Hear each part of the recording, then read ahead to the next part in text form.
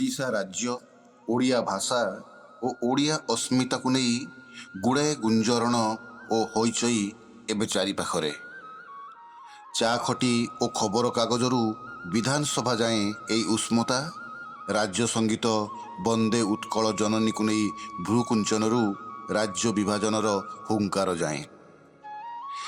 ଏସବୁ ଦେଖିବା ଓ ଶୁଣିବା ବେଳେ ଖୋଲି ଖୋଲି ଯାଉଥାଏ ଇତିହାସର ସ୍ୱର୍ଣ୍ଣିମ ପୃଷ୍ଠା, ବିଶ୍ୱର ପ୍ରଥମ ଭାଷାଭିତ୍ତିକ ରାଜ୍ୟ ଓଡ଼ିଶା ଗଠନର ସଂଘାତ ଓ ସଂଘର୍ଷର କଥା। ମଧୁରମ୍ ମଧୁରମ୍ ମଧୁରାଂଶର ଏହି ଉତ୍କଳ ଦିବସ ସଂସ୍କରଣରେ ଏହିଭଳି କିଛି କିଛି ଅଂଶ ଉତ୍କଳ ଜନନୀକୁ ନେଇ, ମାତୃଭୂମି ଓ ମାତୃଭାଷାକୁ ନେଇ, ଅଖଣ୍ଡ ଓଡ଼ିଶାକୁ ନେଇ। ଓଡ଼ିଆ ଭାଷା ସାହିତ୍ୟର ପ୍ରାତଃସ୍ମରଣୀୟ ବଳିଷ୍ଠ ସ୍ତମ୍ଭ ଫକୀରମୋହନଙ୍କର ଓଡ଼ିଆଙ୍କୁ ଏହିଭଳି ଏକ ଆହ୍ୱାନ। ଉତ୍କଳ ଜନନୀ ଅଛନ୍ତି ଚାହିଁ, କର କିଛି କାର୍ଯ୍ୟ ଲୋକଙ୍କ ପାଇଁ। ଉତ୍କଳ ଜନନୀ ଅଛନ୍ତି ଚାହିଁ, କର କିଛି କାର୍ଯ୍ୟ ଲୋକଙ୍କ ପାଇଁ। ପଛ ଘୁଞ୍ଚା ଦେଲେ କାର୍ଯ୍ୟ ସାଧନେ, କିବା ପ୍ରୟୋଜନ ସେହି ଜୀବନେ, କିବା ପ୍ରୟୋଜନ ସେହି ଜୀବନେ। ବ୍ୟାସକବି ଫକୀରମୋହନ ସେନାପତି। ଯେତେ ଯେତେ ଥର ଶୁଣିଲେ ବି ଆହୁରି ମଧୁରରୁ ମଧୁରତର ଲାଗେ ସ୍ୱଭାବ କବି ଗଙ୍ଗାଧରଙ୍କର ଏଇ କେଇଯୋଡ଼ା ଶବ୍ଦ। ଛାତି ଭିତର ଗୁମ୍ଫିତ ହେଇ ଉଠେ ମାତୃଭୂମି ଓ ମାତୃଭାଷାର ଅସ୍ମିତାରେ। ମାତୃଭୂମି ମାତୃଭାଷାରେ ମମତା, ଯା ହୃଦେ ଜନମି ନାହିଁ। ମାତୃଭୂମି ମାତୃଭାଷାରେ ମମତା, ଯା ହୃଦେ ଜନମି ନାହିଁ। ତାକୁ ଯେବେ ଜ୍ଞାନୀ ଗଣରେ ଗଣିବା, ଅଜ୍ଞାନ ରହିବେ କାହିଁ, ଅଜ୍ଞାନ ରହିବେ କାହିଁ। ସ୍ୱଭାବ କବି ଗଙ୍ଗାଧର ମେହେର। ଉତ୍କଳ ଜନନୀର ଦୁର୍ଦ୍ଦଶା ବେଳେ ଶୋଇ ପଡ଼ୁଥିବା ଓଡ଼ିଆଙ୍କୁ ଜାଗ୍ରତ କରିବା ପାଇଁ ଉତ୍କଳ ଗୌରବ ମଧୁସୂଦନଙ୍କର ବ୍ୟାକୁଳ ପ୍ରୟାସର କଥା କାହାକୁ ବା ଅଜଣା। ତାଙ୍କର କବିତାରୁ ଏହି ପଂକ୍ତି: ସ୍ୱାର୍ଥର ବନିତା ଅଟେ ତୋଷାମଦ, ଭୟ ମିଥ୍ୟା ତାଙ୍କ ପୁତ୍ର। ସ୍ୱାର୍ଥର ବନିତା ଅଟେ ତୋଷାମଦ, ଭୟ ମିଥ୍ୟା ତାଙ୍କ ପୁତ୍ର। ରାଜ୍ୟରେ ବିପ୍ଳବ ନିଶ୍ଚୟ ଘଟିବ, ଏମାନେ ହେଲେ ଏକତ୍ର। ଉଠରେ ଉଠରେ ଉତ୍କଳ ସନ୍ତାନ, ଉଠିବୁ ତୁ କେତେ ଦିନେ। ପୂର୍ବ ଗୌରବ ପୂର୍ବ ସାହସ, ପଡ଼ିବ କି କେବେ ମନେ। ପୂର୍ବ ଗୌରବ ପୂର୍ବ ସାହସ, ପଡ଼ିବ କି କେବେ ମନେ। ଉତ୍କଳ ଗୌରବ ମଧୁସୂଦନ ଦାସ।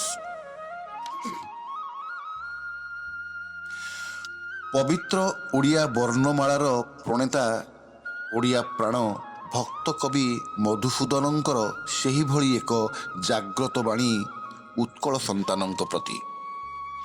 ପାହିଲାଣି ଏବେ ନିରାଶା ସର୍ବରୀ, ଡାକୁଛନ୍ତି ମାତା କେତେ ଆଶା କରି। ପାହିଲାଣି ଏବେ ନିରାଶା ସର୍ବରୀ, ଡାକୁଛନ୍ତି ମାତା କେତେ ଆଶା କରି।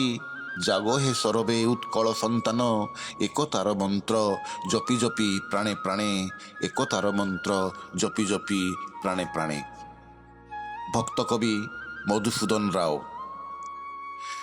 ଚିନ୍ତାନାୟକ ପଣ୍ଡିତ ଗୋଦାବରୀଶ ମିଶ୍ର ଜନନୀ ଓ ଜନ୍ମଭୂମି ଏବଂ ତାଙ୍କରି ସେବା ପାଇଁ ଉତ୍ସର୍ଗ କରନ୍ତି ଏଇ ନରଜନ୍ମକୁ ଏଇ ଦୁଇଟି ବାକ୍ୟରେ: ଜନ୍ମଭୂମି ଯେ ମାଟି ପଥରର, ଜନନୀ କି ବଳି ବଡ଼। ଜନ୍ମଭୂମି ଯେ ମାଟି ପଥରର, ଜନନୀ କି ବଳି ବଡ଼। ସେ ଜନ୍ମଭୂମି ସେବା ଯେ କରଇ, ନରଜନ୍ମ ଧନ୍ୟ ତାର, ନରଜନ୍ମ ଧନ୍ୟ ତାର। ପଣ୍ଡିତ ଗୋଦାବରୀଶ ମିଶ୍ର।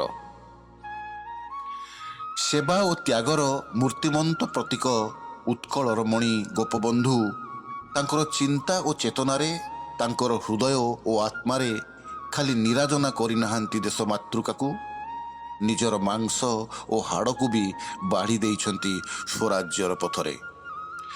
ମିଶୁ ମୋର ଦେହ ଏ ଦେଶ ମାଟିରେ, ଦେଶବାସୀ ଚାଲି ଯାଆନ୍ତୁ ପିଠିରେ। ମିଶୁ ମୋର ଦେହ ଏ ଦେଶ ମାଟିରେ, ଦେଶବାସୀ ଚାଲି ଯାଆନ୍ତୁ ପିଠିରେ। ଦେଶର ସ୍ୱରାଜ୍ୟ ପଥେ ଯେତେ ଗାଡ଼, ପୁରୁ ତହିଁ ପଡ଼ି ମୋର ମାଂସ ହାଡ଼, ପୁରୁ ତହିଁ ପଡ଼ି ମୋର ମାଂସ ହାଡ଼। ଉତ୍କଳମଣି ଗୋପବନ୍ଧୁ ଦାସ। ଏବେ ବି ବିଚ୍ଛିନ୍ନତାର ତ୍ରାସରେ ସନ୍ତୁଳି ହେଉଥିବା ସିଂଭୂମର ଛାତି ତଳେ ଏବେ ବି କୁହୁଳୁଛି ଓଡ଼ିଶାର ଗାଥା, ସେବେ ବି ଝରୁଥିଲା ଓଡ଼ିଆତ୍ୱର ଗୀତ। ସିଂଭୂମର କବି କିଶୋର ଚନ୍ଦ୍ର ଦେବଙ୍କର ଏହି ପ୍ରାଣଚହଲା ପଙ୍କ୍ତି। ଓଡ଼ିଆ ଆମ ମାତୃଭାଷା, ଓଡ଼ିଆ ଆମ ପ୍ରାଣ, ଓଡ଼ିଶା ଦେଶରେ ଜନ୍ମ ଆମର, ଓଡ଼ିଆର କରୁ ଟାଣ।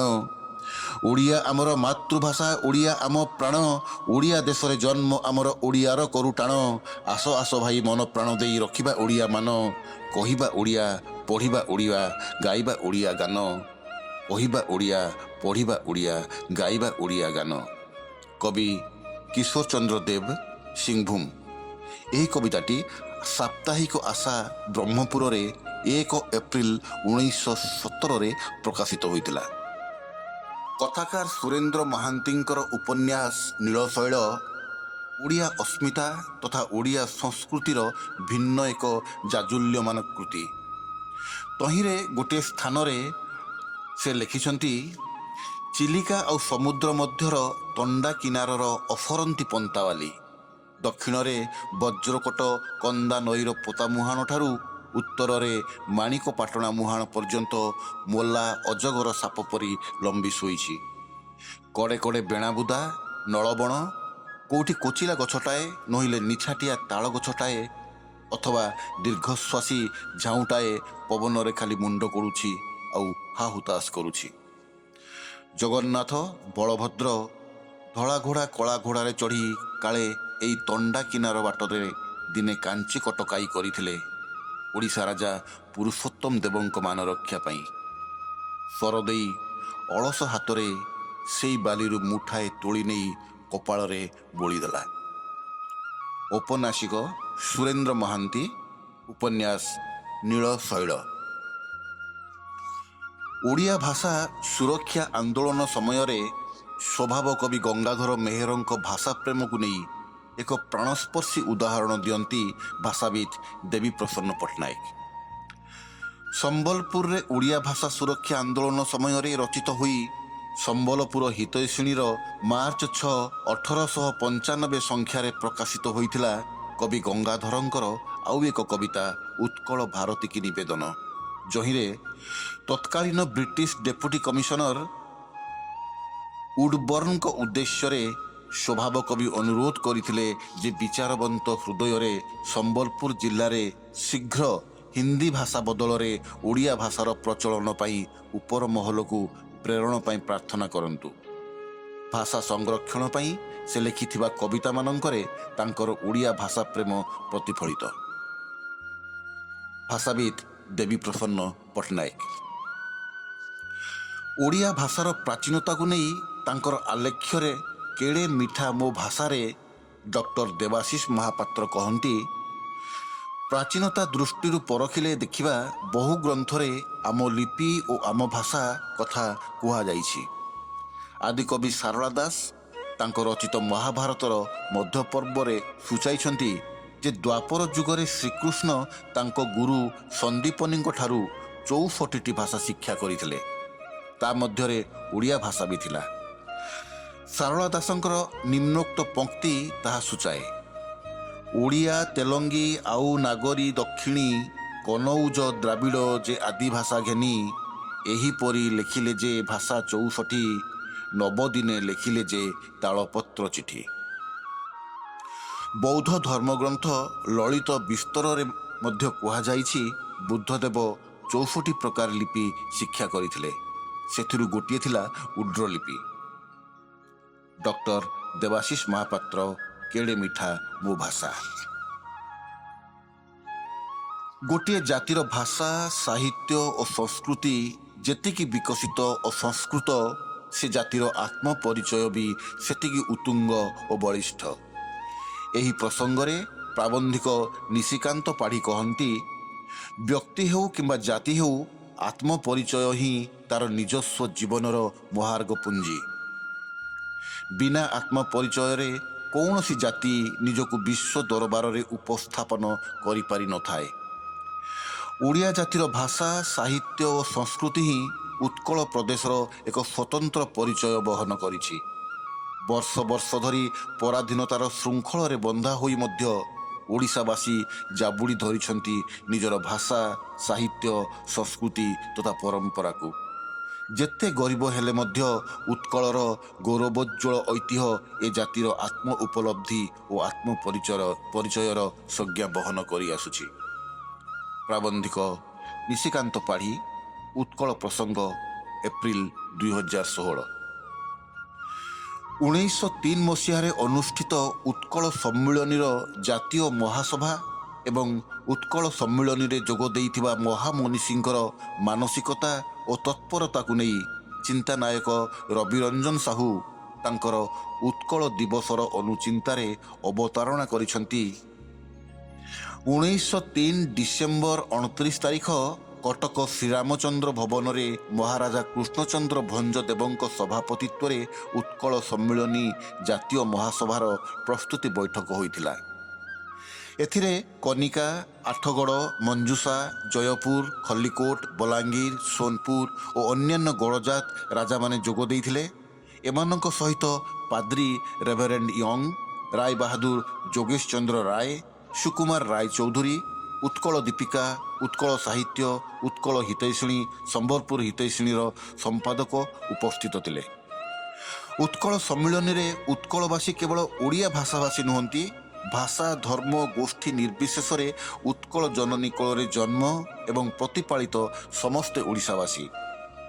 ଏହି ଜାତୀୟ ମହାସଭା ଉତ୍କଳ ସମ୍ମିଳନୀ ହେଲା ଓଡ଼ିଶାବାସୀଙ୍କର ନବଜାଗରଣର ଆଦ୍ୟ ପର୍ବ। ଛାତିକୁ ଛାତି ମିଶେଇ ଆଗେଇ ଆସିବା ପାଇଁ, ସ୍ୱାର୍ଥପରତାକୁ ତ୍ୟାଗ କରି ଜାତି ଇତିହାସକୁ ଆଗେଇ ନେବା ପାଇଁ। ପ୍ରାବନ୍ଧିକ ରବିରଞ୍ଜନ ସାହୁ, ଉତ୍କଳ ଦିବସର ଅନୁଚିନ୍ତା। ଆମ ସମୟର ସୁଖ୍ୟାତ କବି ଧନଞ୍ଜୟ ସ୍ୱାଇଁ ଓଡ଼ିଆ ଭାଷା ଓ ସାହିତ୍ୟର ଅନ୍ୟତମ ମହାରଥ କର୍ମବୀର ଗୌରୀଶଙ୍କରଙ୍କ ସମ୍ପର୍କରେ ତାଙ୍କର ସୁରଞ୍ଜନଙ୍କ ଡାଏରୀରେ ଲେଖିଛନ୍ତି, କର୍ମବୀର ଗୌରୀଶଙ୍କରଙ୍କ ପୂର୍ବ ବଂଶଜ ଥିଲେ ବର୍ଦ୍ଧମାନର କାୟସ୍ଥ ବଙ୍ଗାଳୀ। ସେମାନେ 16ଶ ଶତାବ୍ଦୀରେ ଓଡ଼ିଶାକୁ ଆସି ଏଠାକାର ପାଣି, ପବନ ଓ ଭାଷା ସହିତ ଏପରି ମଜ୍ଜି ଯାଇଥିଲେ ଯେ ଓଡ଼ିଶାର ଭାଷା ସଂସ୍କୃତିର ବିକାଶ ପାଇଁ ଆପ୍ରାଣ ଉଦ୍ୟମ କରିଥିଲେ। ଏପରିକି ପିତା ସଦାଶିବ ପୁଅ ଗୌରୀଶଙ୍କରଙ୍କ ଉଚ୍ଚତର ଶିକ୍ଷା ଅଧାରୁ ବନ୍ଦ କରି କଲିକତାର ହୁଗୁଳିରୁ ଓଡ଼ିଶାକୁ ଫେରାଇ ଆଣିଥିଲେ, ଖାସ୍ ଏହି ଆଶଙ୍କାରେ ଯେ କାଳେ ପୁଅ ବଙ୍ଗାଳୀ ହେଇଯିବ। କବି ଧନଞ୍ଜୟ ସ୍ୱାଇଁ, ସୁରଞ୍ଜନଙ୍କ ଡାଏରୀ। ବର୍ତ୍ତମାନ ସମୟର କବି କିଶୋର ପଣ୍ଡା ଉତ୍କଳ ମାଆକୁ ନେଇ ଯେଉଁ ଚିନ୍ତା ଓ ଦେଶାତ୍ମବୋଧ ପ୍ରକଟ କରିଛନ୍ତି ତାଙ୍କ କବିତାର ଏହି ଧାଡ଼ିଗୁଡ଼ିକରେ, ତାହା ପ୍ରତିଟି ଓଡ଼ିଆର ଧ୍ୟେୟ ହେବା ଆବଶ୍ୟକ। ବର୍ତ୍ତମାନର ସମୟରେ ଉତ୍କଳ ମାଆର ସନ୍ତାନ ଆମେ, କୋଉଠି ହାରିବୁ ନାହିଁ, ତାପାଣି ପବନ ରକତ ସମାନ, ଦେହେ ଆମ ଯାଏ ବହି। ଉତ୍କଳ ମାଆର ସନ୍ତାନ ଆମେ, କୋଉଠି ହାରିବୁ ନାହିଁ, ତାପାଣି ପବନ ରକତ ସମାନ, ଦେହେ ଆମ ଯାଏ ବହି। ଏଇ କଥା ଯାଏ କହି, ଜୀବନରେ ଆସୁ ଯେତେ ଝଡ଼ ଝଞ୍ଜା, ଡର ନାହିଁ, ଡର ନାହିଁ। ଜୀବନରେ ଆସୁ ଯେତେ ଝଡ଼ ଝଞ୍ଜା, ଡର ନାହିଁ, ଡର ନାହିଁ।